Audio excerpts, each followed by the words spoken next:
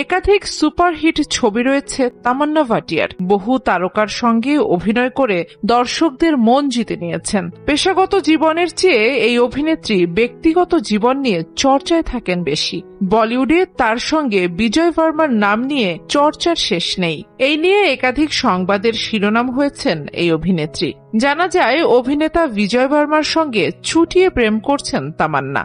শুধু তাই নয়, তামান্নার সঙ্গে প্রেমের গুঞ্জন ছিল দুই ক্রিকেটারেরও।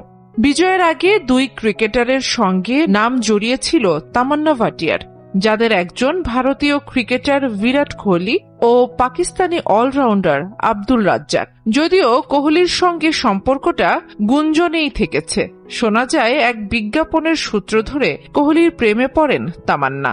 যদিও সেই সম্পর্ক বহুদূর আগায়নি, তবে রাজ্জাকের সঙ্গে দীর্ঘদিন প্রেম করেছেন অভিনেত্রী।